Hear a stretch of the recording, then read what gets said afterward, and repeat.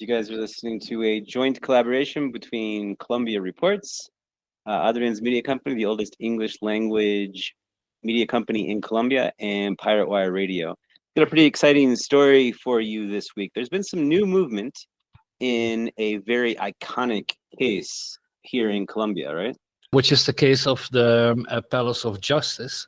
A new witness has just, gone public. Military intelligence official who took part in the Palace of Justice, like the assault on the Palace of Justice that was sieged by the M19. So the M19 is a leftist guerrilla group here in Colombia that operated principally in the 80s. And Petro, the current president, was actually a former member. And he put out a request this week to the U.S. State Department to declassify records about what happened. But before we get into all that, let me just explain to listeners what the attack on the Palace of Justice was.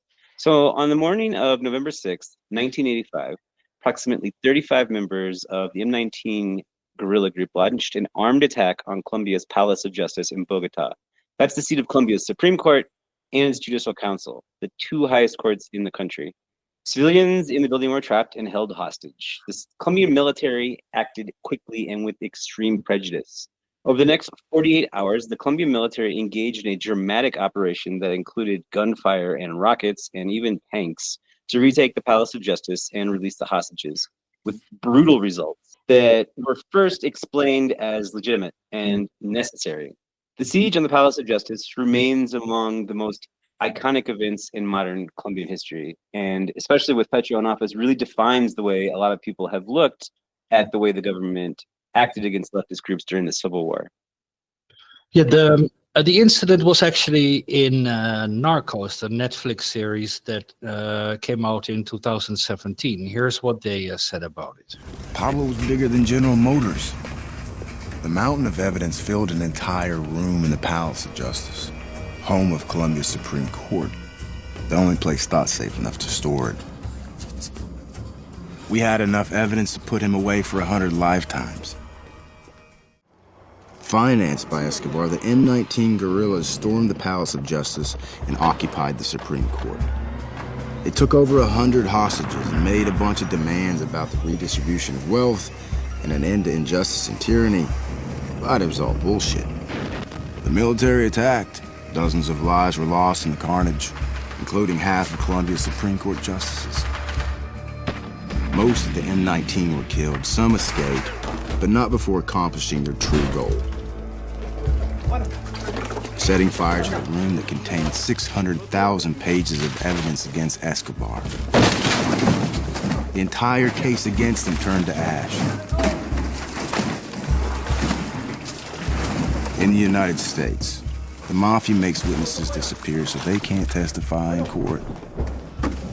In Colombia, Pablo Escobar made the whole court disappear. Interestingly enough, though, turns out that the bullshit was actually coming from narcos and the intelligence. Yeah, and the Colombian government for almost 30 years. So the way this story started to unravel is to me really interesting. It was always claimed by the government that M19 killed all the hostages and the judicial court members. But that story started to become unraveled when investigators discovered that one of the bodies had been placed back in the Palace of Justice because some video emerged of him being escorted out of the building by military intelligence to a second location where they were conducting interrogations. Now, his wife and 4 daughters had always been told that M19 killed their husband and father. He was found naked with signs of torture, and he'd been shot in the head. Military intelligence blamed M19 for that. But this new evidence that emerged in 2007 showed that actually he was alive and in the custody of military intelligence, and that after they killed him and tortured him, they put his body back in the Palace of Justice to blame it on M19. What also emerged in that investigation, which was part of a truth commission that was set up to find out what really happened in the Palace of Justice, was that a whole bunch of people who were found who had been buried after the events were actually not buried there but missing, and a whole entirely different people were buried in the graves that had the names of the other victims. Right. And over the next 2 decades, relatives of the disappeared and human rights organizations and lawyers that were looking into these disappeared people also started to go missing. And as more evidence emerges, most recently through this testimony provided by an ex-intelligence officer, but also through investigations by Colombia's peace courts, this was completely intentional. Their military intelligence was viewing anyone looking into these victims as being leftists who were worthy of extermination. Yeah, part of the dirty war that began in 1978, more or less. We'll get into that in a bit. So we've got an audio here of a phone call that one of the magistrates made, and he's trying to get a hold of the president at the time. Can you go ahead and play that for us, Adrian? Que el presidente de la República dé finalmente la orden de cese del fuego. Inmediatamente. Un momento, por favor, un momento. Oiga, es increíble, habla Alfonso Yaqui, el segundo al mando de este operativo. El presidente de la República no le ha pasado el teléfono al presidente de la Corte y se va a morir porque el presidente de la República ni siquiera con su poder jurisdiccional. Es increíble. El M-19 el que se ha tomado en el Palacio de Justicia se lo tomó los tanques del ejército. Es lo increíble. El ejército gritó con su tanque y que están sonando los tiros. Cuando entran en este piso nos morimos todos, sépalo. Can you explain the context here a little bit, and for people who aren't Spanish speakers, what he's saying? The first voice that you heard was of Supreme Court President, who was trying to call the President of the Republic, Belisario Betancur, in an attempt to plead for a ceasefire between the military that at that point was attacking the Supreme Court building, the Palace of Justice. You can hear the gunshots. Exactly. But the president wouldn't come on the phone. So the second voice you heard was one of the M19 commanders, who was kind of dumbstruck about like how the president just stopped existing at that point. Like the entire governance of the country was taken over by the military at that point. And another thing that has been coming out in same investigations that started in 2005, 2007, the reveal on the magistrate, and then later JEP investigations started to show, videos started to emerge that cafeteria workers that the military had claimed were killed in the building were also escorted out by military intelligence. There were 12 of them. They all ended up dead. There were other people who were cleared when they left. They were allowed to leave. And the government basically, they were categorizing people on how much risk they thought they posed to the state. And they called them especiales. And they were running this out of, what was it called, the Palace of Flores? The Casa del Florero, which is on the corner of the Plaza de Bolivar. So the Plaza de Bolivar is the seat of government in Bogota. The Senate's there, the presidential palace is there, Supreme Court is there. So like a lot of Latin American capitals, all of the federal government is all in one spot. And the Casa de Flores is part of that compound. It was what the army was using as a staging area for the hostages that were being released, as well as antagonists, or people they viewed as antagonists. Now, interestingly, until the Truth Commission came out with its report in 2022, the official version was that the guerrillas attacked and surprised pretty much the entire establishment. Was kind of dug up by the Truth Commission and had actually been reported back in 1985, was that the military knew beforehand that the guerrillas were going to attack the court and that they didn't intervene. In fact, before the guerrillas came in, all the guards were removed from the court, allowing the guerrillas to take control of the court, after which the military intelligence basically executed an assault on the court in which they didn't only kill the guerrillas, but also, for example, the magistrate Uran you talked about, who had been spied on for years and actually was considered a target of the military. And this is absolutely fascinating to me. For many years here in Colombia, the story that was accepted, the narrative of what happened was exactly what Narcos claimed it was when that series came out. That was the story that military intelligence and the government had sold the public and was published in very reputable newspapers here. Like, this is not conspiracy theories. I mean, it was a conspiracy, but Everyone who basically said that because like the M19 have always been blamed for the killings that occurred between the 6th and the 7th of November of 1985, while in fact a lot of people who were in that court, including the Supreme Court precedent you just heard, were shot by the military and not by guerrilla bullets. And some of them were shot by the military off-site after being interrogated. Exactly. Now, we started off with the Palace of Justice siege because we want to talk about the dirty war, and of which the whole incident at the Palace of Justice was like only one of multiple incidents that have long been underreported in the press and are pretty much like unknown to the public.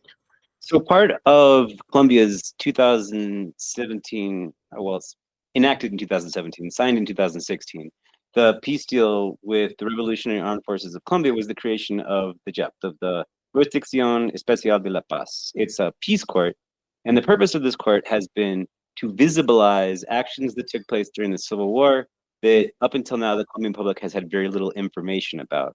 So a lot of these investigations that we're referencing as part of this podcast come directly from those investigations. Exactly. In 2020, a collection of more than 200 NGOs came out with an initial report on the dirty war, and the focus was on two brigades. Actually, like the first one, the Charisolano Intelligence and Counterintelligence Brigade, or the BINSI, was actually created in the 1960s already, but didn't really become a major player until 1978. In 1986, the 20th Brigade became the main military intelligence unit in Colombia. The number of victims of these units have also long been pretty much like invisible.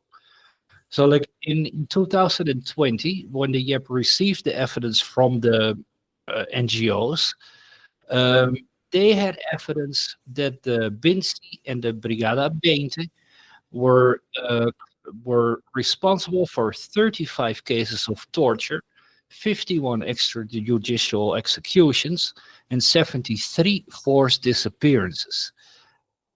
The hearing before the Truth Commission, that was also part of the peace process, revealed that 367 people were tortured in 1978 alone, and that in 1979, after the M19 stole more than 5,000 weapons from the military headquarters in Bogota, more than 1,200 people were tortured. I want to jump in here and provide a little context for our listeners. Colombians are well aware of what I'm about to say, but for our English-speaking listeners who might not be as familiar with the situation. So the Colombian Civil War, there are still 250,000 people missing from that conflict.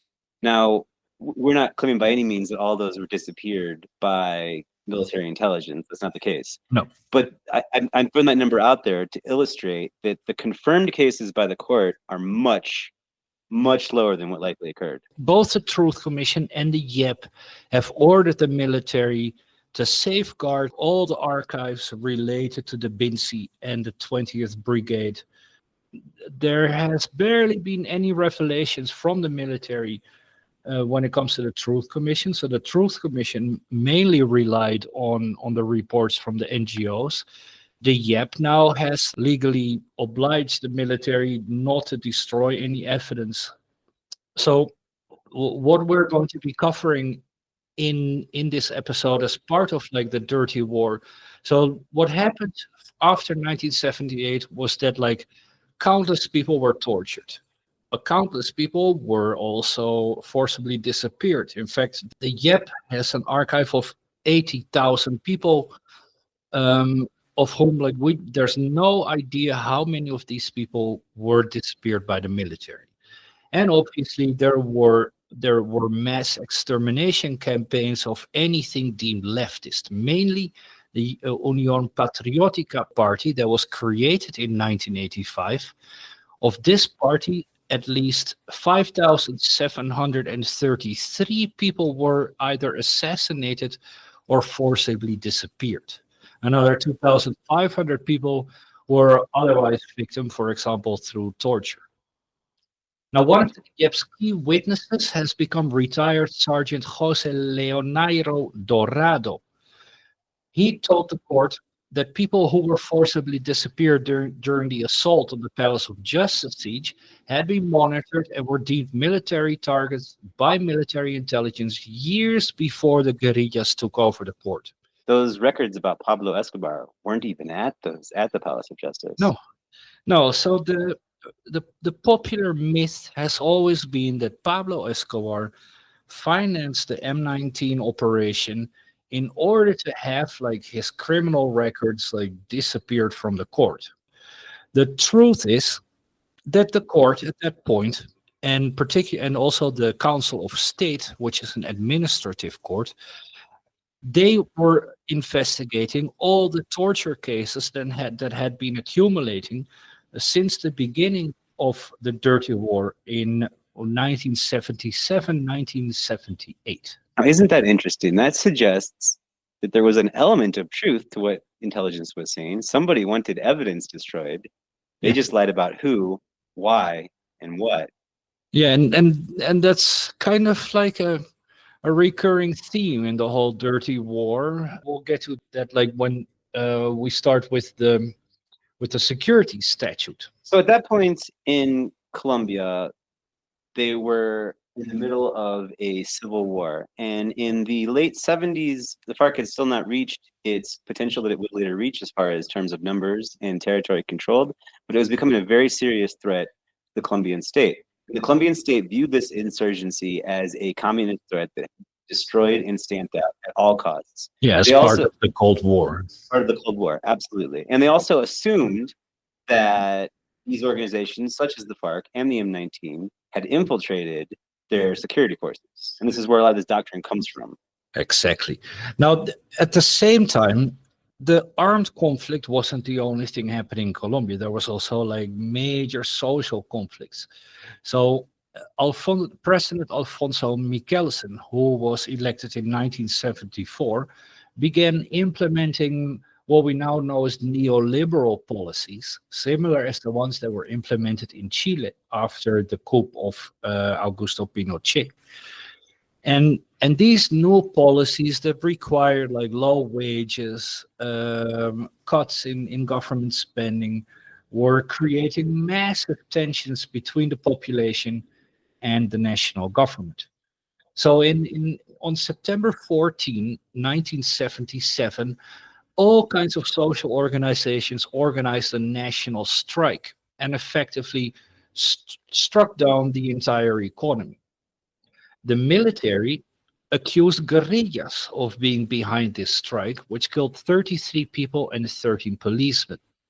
At the end of the strike, when everything had gone back to normal, I believe it was in December of 1977, the military sent a letter to President Lopez asking for expanded authority. Lopez, who was kind of a liberal, however, refused almost all the demands by the military.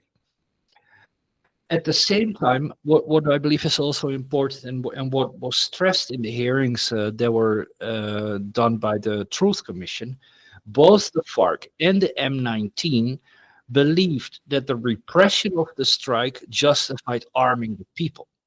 Now, on August 7, 1978, a new president comes into office, President Julio César Turbay.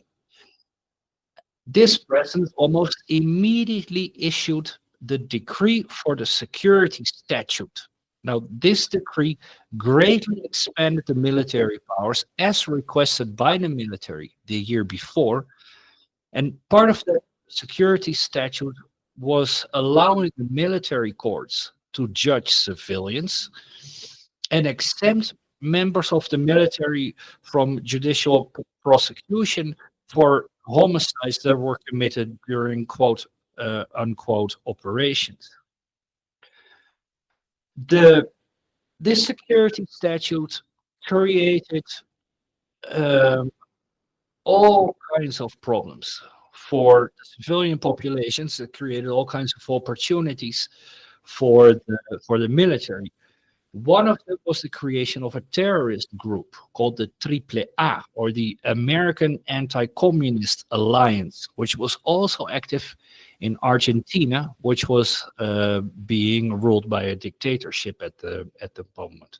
This starts a trend in Colombian security doctrine in which civil society is viewed as a belligerent combatant, as if there were an active war against members of civil society. And as you mentioned, this decree allows those people to be judged in military courts, and it allows the military to go after them with relative impunity. Well, theoretically, they needed warrants, but military intelligence basically made their own warrants. One of the interviews that we're going to play a couple of phrases from here in the show is one of the guys who worked for that organization talking about how they had blank warrants at their desks and they would just fill them out as they needed them, and there's no consultation with any judge. So you could argue that they were forging warrants to carry out these arrests. Oh, they were forging death certificates. They basically created a whole parallel administration that was basically controlled by military intelligence, and the BINSI in particular. Now let me get into the BINSI, because like in this organization and the terrorist group they formed, the AAA, there are a few key players that are going to be extremely important in the 15 years that came after Paro Nacional of 1977. Perhaps the most important of these people is Lieutenant Colonel Ivan Ramirez. He was the second in command of the Chari Lozano Intelligence and Counterintelligence Brigade in 1978. He began with the Army Engineers and began specializing in intelligence in 1969. So this is like really at the height of the Cold War. Ramirez is considered the godfather of military intelligence in Colombia, and allegedly coordinated AAA bomb attacks on the Colombian Communist Party, socialist newspapers El Bogotano and Voz Proletario, as well as the left liberal magazine Alternativa. Ramirez would later also be accused of being involved in the forced disappearance of victims of the Palace of Justice siege. Now, while working for the army, and I'm going to quote, "In military intelligence in Colombia, nothing could be done without the authorization or approval of Ramirez," an intelligence agent called Gamin told investigators in 2013. Ramirez was also a key figure in the creation of paramilitary organization AUC, according to former warlord Salvatore Mancuso, and he is currently one of the most important war criminals investigated by War Crimes Tribunal yet. We're not going to get into the out today, but if you're a regular reader of our work here at Pirate Wire or at Columbia Reports, you're probably familiar. The AUC were an infamous paramilitary right-wing death squad that fought on the side of the government during the Civil War. That's a whole other podcast.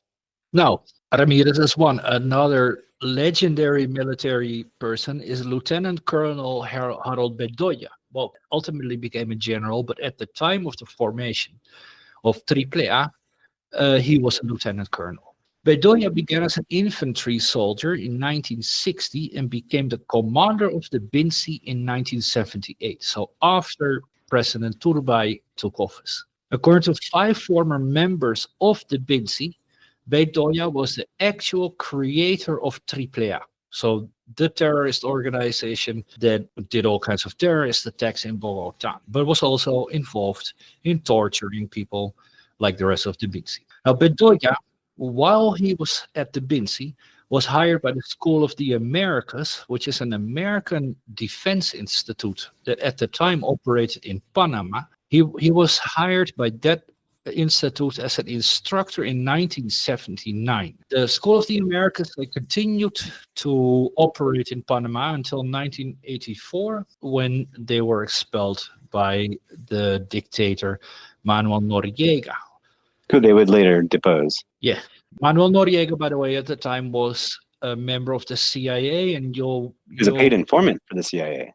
Yeah. And while he was on the payroll, he was a narco trafficker as well. We'll get to that later, because Colombian intelligence obviously worked very closely with the CIA at the time, as well as military intelligence units from countries like Argentina and Chile that at the time were being run by military dictatorships. Now, the dirty wars in Argentina, Mexico, and Colombia were strongly influenced by the national security doctrine and the counterinsurgency methods that were taught at the School of the Americas. Bedoya would later become the army's commander in Medellin, which was in 1990, where he kicked off a mass killing campaign called Amor por Medellin, or Love for Medellin, which ended up assassinating all kinds of people from those cities, working classes and social leaders, under the pretext of fighting the Medellin cartel. And it was accompanied with this very surreal PR campaign. We've got some music from one of just imagine what's really going on. We've just described to you. This is a mass murder campaign, basically against enemies of the state and some criminal elements, but also just leftists in general and civil society. You've often heard about Medellin, how it was the murder capital of the world in 1990 and 1991. This is when Harold Bedoya was the commander of the 4th Brigade in Medellin. And this social cleansing, this limpieza social, was accompanied with a PR campaign about how we're making our city more beautiful. El lugar donde nací y con mis amigos crecí, la ciudad que es de mis hijos, donde vivo y trabajo. Bedoya became army commander in 1996 and a commander of all the armed forces in 1996. He was sacked in 1997 already because of just growing scandals about his human rights record. Now, as I said, the AAA carried out all kinds of terrorist attacks in Bogota and participated in the larger crimes against humanity committed by the BINSI between 1978 and 1985, when the organization became the 20th Brigade. The BINSI had agents throughout Colombia, but was mainly active in Bogota, and its mission was basically to locate and to neutralize people who were deemed subversive. So this meant, obviously, members of the FARC, the ELN, and the M19, but also other people who were considered a part of what the military called the internal enemy. That includes social actors, activists, union workers, journalists, even educators in some situations. Certainly, Adrian, you and I would have been targeted during this period just for daring to be even slightly questioning of state's actions at the time. Pax Christi, which is a Dutch peace organization, which was strongly involved with human rights work in Colombia in the 1980s and 1990s. They gave a definition of the internal enemy.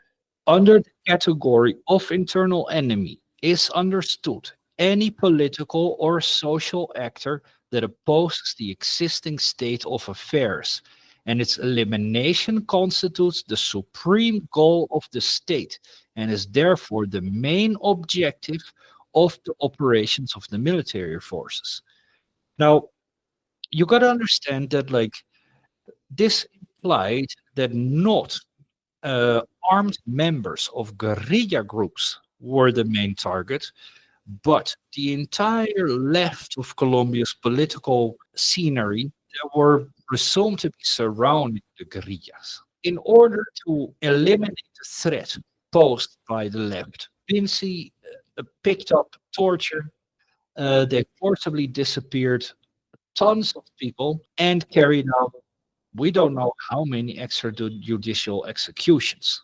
And the bombings, which they carried out in Bogota, they blamed on intra-Nicene fighting within leftist groups. Exactly. They would say, oh, well, M19 bombed the ELN office, or the Unión Patriótica office was blown up by somebody who was a disgruntled member of some other organization, a union or something.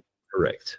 Now, what also became a defining strategy of the BINSI and later the 20th Brigade was their associations with drug traffickers, and particularly the Medellin cartel, which was formed in the late 1970s in Medellin, and by the beginning of the 1980s was considered one of the biggest criminal enterprises in the world. One of the biggest businesses in the world. Now, interestingly, and I'm going to explain why, at one point in 1981, military and narco interests aligned almost perfectly after major M19 offensives. Now, the M19, Joyce said so earlier, was the guerrilla group of President Gustavo Petro. Now, on December 31st of 1978, the M19 carried out the robbery of 5,000 arms from the military headquarters in Bogota.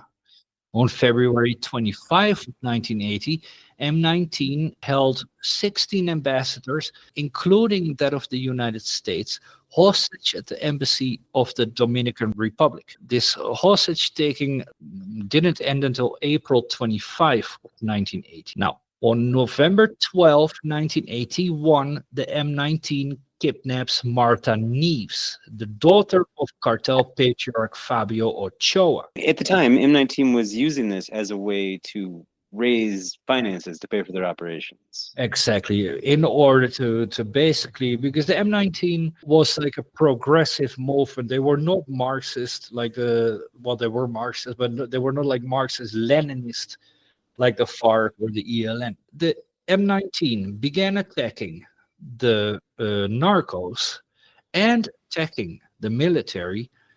They ended up working together, particularly with the help of military intelligence, both from Colombia and the United States. So on December 1st of 1981, the Medellin cartel, business leaders, including a Texaco executive, and military intelligence created a paramilitary group called Muerte a Secuestradores, or MAS, Death to Kidnappers. This meeting was attended by at least one CIA asset, Ramon Milian, a member of the Cuban community of exiles in Miami. Now, Milian is an interesting person. He was the son of a banker from Havana who fled shortly after Cuban dictator Fulgencio Bautista was deposed by Fidel Castro in 1959. Milian's brother was killed in the Bay of Pigs invasion in 1961, I believe. After finishing high school, Milian was recruited by Manuel Artime, the CIA's main liaison in Miami.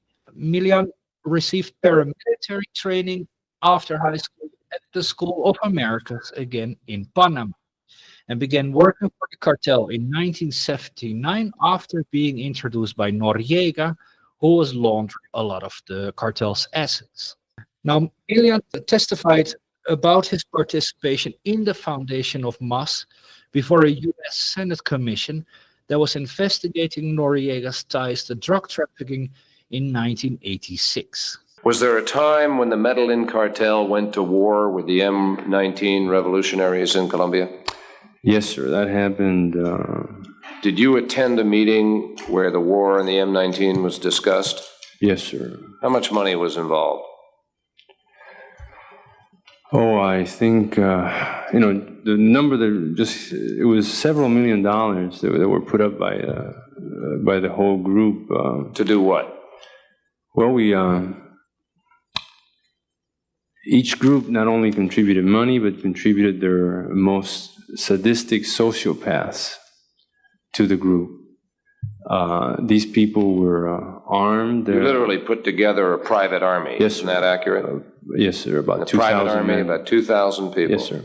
Now, how did this war come about? Why did you have to put a private army together of 2,000 people? Okay, there was M19 decided to finance its efforts by kidnapping the family members of known drug people. There came a time when they kidnapped one of the Ochoa women. Now, this thing had been escalating, and after a few meetings, it was the consensus was that if something wasn't done to M9, something wasn't done to stop them, it would just get totally out of hand. At that time, because the cartel is not your most educated group of people, some of the people who counsel them, such as myself, were brought in.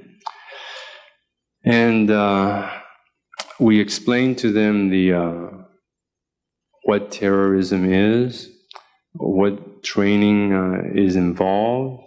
We explained to them some of the methods of combating terrorism. They were somewhat impressed, and they wanted to carry out that type of operation to get rid of the M19 threat. So this was really a war within Colombia for control of the ability to conduct operations freely in Colombia. Yes, it was a military operation to get rid of a threat, both politically and economically. You must remember that M19 is Marxist-Leninist in ideology, and the cartel is, of course, a capitalist enterprise. They don't think of themselves in those terms, but they are.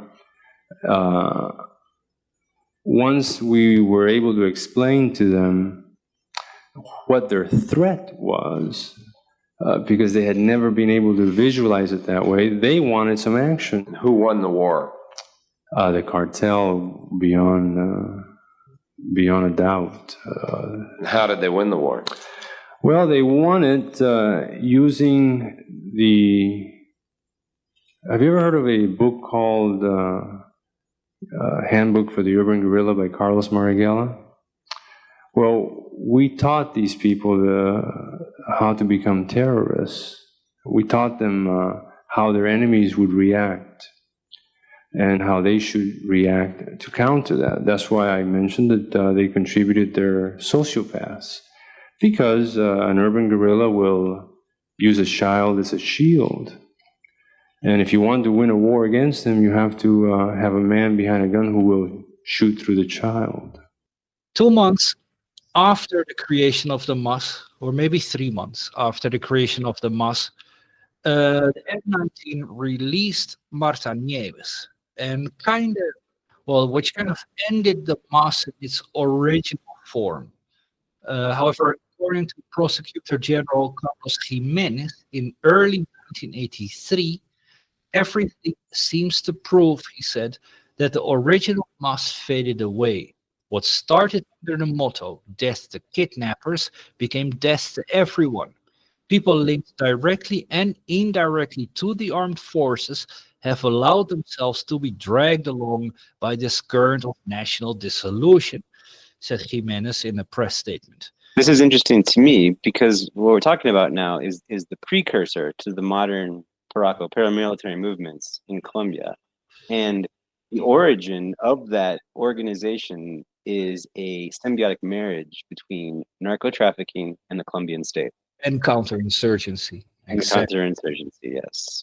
With some influence from the School of the Americas, just for good measure. Well, only a few weeks after Jimenez made that statement, he actually revealed that of the 163 members of MAS, 59 were active members of the military, and this included General Álvaro Hernán Balandia, who had also been with the BINSI since 1978. Now, Jimenez was forced to go into exile after actually trying to impose a rule of law, but his claims that military intelligence had overtaken the Medellin cartel's initial death squads were confirmed by Carlos later, who said the civilian branch of MAS died when Belisario Betancourt became president. The CIA's MAS replaced it. There is a non-aggression pact between the M19 and the original MAS partners. Those who are part of it today are the CIA, allied with ex-police and ex-military. They are the aggressors. These sort of like MAS sprouts were called like macetos. Like they were paramilitary groups that appeared in Urabá, which is in the northwest of Colombia, Magdalena Medio in the center of Colombia, and in the eastern plains, like in the Meta and Guaviare departments in the south. And these paramilitary groups that were organized by what's his name, El Mexicano, they also began doing what the Vinci had been doing since 1978. So they also began torturing leftists, forcibly disappearing leftists, and just blatantly executing them. Which brings us up roughly to when the Palace of Justice events occurred.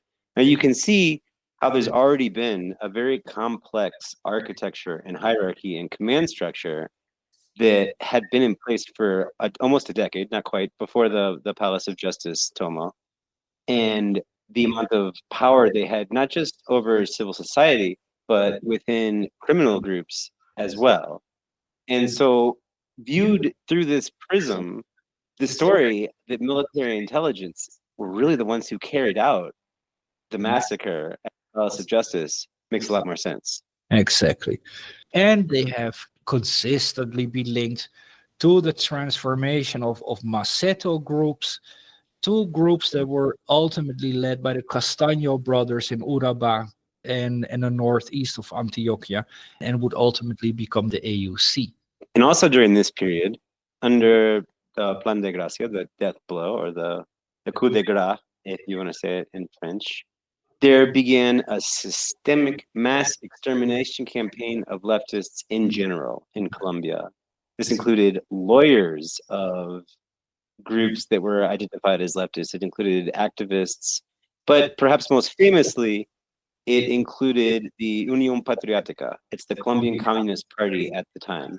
They were the civil political arm of the FARC during the Civil War. And the Inter-American Court of Human Rights declared the Colombian state responsible for what they have termed a political genocide, in which at least 6,000 members of this political party were exterminated by these organizations. Yeah, the Unión Patriótica was formed on May 28 of 1985, following peace talks between the state and the Fuerzas Armadas Revolucionarias de Colombia, the FARC. There had also been talks between the government and the M19. In fact, the whole Palace of Justice incident happened because the M19 was retaliating and wanted to bring President Betancourt to court over the human rights violations that had been committed by military intelligence in the years before. And for the military intelligence attempts, successful attempts, to sabotage the peace talks.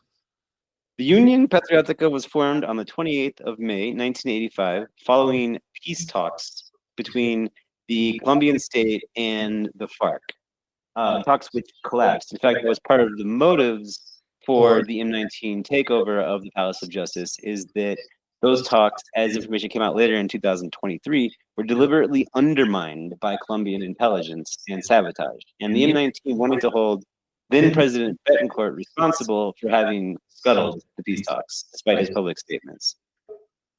In the beginning, the UP had quite a deal of success at the local level. It allowed them to organize rapidly and quickly, but they were strongly opposed by right-wing paramilitary groups, and that is around the time that military started to view them as a military objective and became a mass extermination campaign against all members of the party.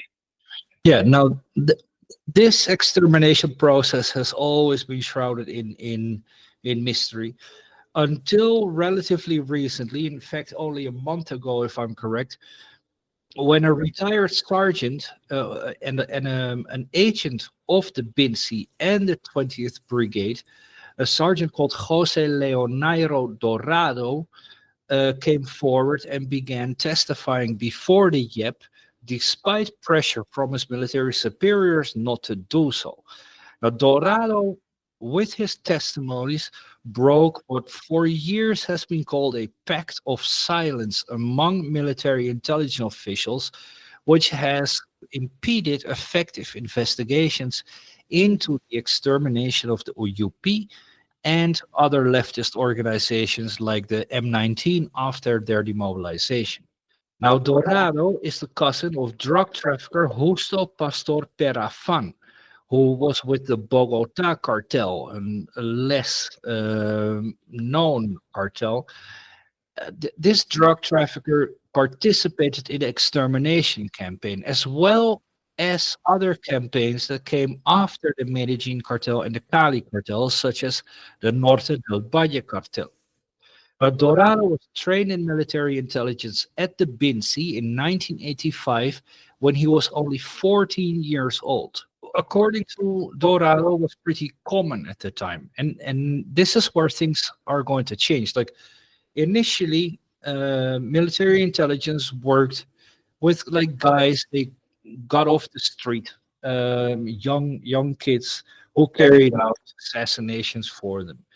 Later, these sort of like ad hoc assassins were replaced by the AUC. Now, Dorado claims that military intelligence sought to exterminate all leftist opposition to the government between 1986 and 1998, when also the 20th Brigade was dismantled. Dorado claimed in his testimony that military intelligence virtually controlled the entire state apparatus and was able to fake death certificates, search warrants, any kind of paper that was available in Colombia. And his claims are interesting because he says the way that targets were identified is that if you were a friend of someone on their list, well, then you're added to the list. If you were a client, like your business did work with someone on this list, then you were added to the list. Yeah, if you were the lawyer of an alleged guerrilla, you got on the list. And going on the list implied basically being eligible for torture and potentially execution. This extermination campaign that is only now like slowly becoming was part of the so-called like Plan Golpe de Gracia, which was spearheaded by the BINSI and the 20th Brigade between 1986 and 1998. Its goal or its objective was to annihilate the enemy. Now, the extermination campaign was allegedly led by General Ivan Ramirez, according to Dorado, who considered the general a god. This extermination campaign that began in the second half of the 1980s, by 1990 created utter crisis. But by the time that the 1991 elections were held, or the 1990 elections, excuse me, as many as 1, 2, 3, 4 presidential campaigns were ended because the candidates were assassinated. I want to repeat that and highlight this for our audience. Between 1987 and 1990, in 3 years, 4 presidential candidates from leftist parties were assassinated by Colombian military intelligence. And their associates in drug trafficking. And this sets the stage for the height of the Colombian Civil War, when the military apparatus as a whole, and especially intelligence, was deeply working and connected to the right-wing paramilitary forces, such as AUC, the biggest coalition that was responsible for thousands, if not tens of thousands of deaths. Earlier this year in Cucuta, in the city cemetery, they found a mass grave of 6,000 people that were unidentified, and they've since been going through and trying to identify some of these people, and they almost all date to the 90s, from when the AUC arrived to Catumbo and Norte de Santander to try and eradicate guerrillas. Yeah, and it also really changed the character, the dirty war from the 1980s and the 1990s. By 1997, also radicalized the FARC. So a lot of people who had been in politics before, take Ivan Marquez, the current commander of the Segunda Marquetalia guerrilla group, they were forced out of politics and into guerrilla organizations as a consequence of the dirty war. And this led to extreme violence, like particularly in the countryside. Committed by all parties. Exactly. Yeah, so this dynamic of eradication within the Colombian state had the opposite of the intended effect. It did not stamp out the insurgency. It made the insurgency more violent. Yeah, it kind of pushed the left out of politics into the armed conflict. Into the jungle. And at this point, assassinations were coordinated, they were systematic, they were organized, and they were carried out by professional killers. They were no longer carried out by ad hoc assassins from the street. They were carried out by warlords, constructed in part and with the approval of the Colombian state.